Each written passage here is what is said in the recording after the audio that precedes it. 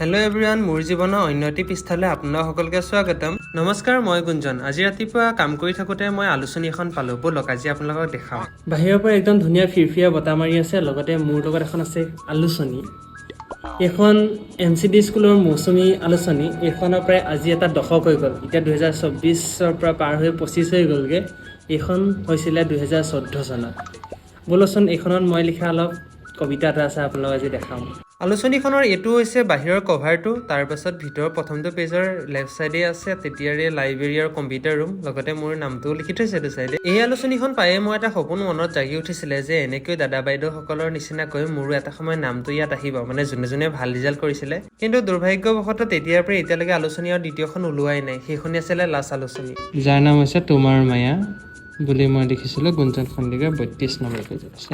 এটা মই লিখিছিলোঁ তেতিয়া মই ক্লাছ 7ত পঢ়ি আছিলোঁ। একচুৱেলি ময়ে নাজানো মই কি ভাবি লিখিছিলোঁ তেতিয়া, যিহেতু যথেষ্ট সৰু আছিলোঁ, কিন্তু ন' ডাউট লিখিছিলোঁ আৰু।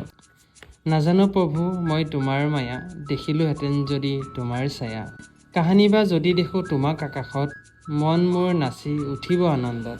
তেন্তে আজিলৈ ইমানেই। মই মোৰ অকণমান স্মৃতি আপোনাৰ সৈতে শ্বেয়াৰ কৰিলোঁ। ধন্যবাদ।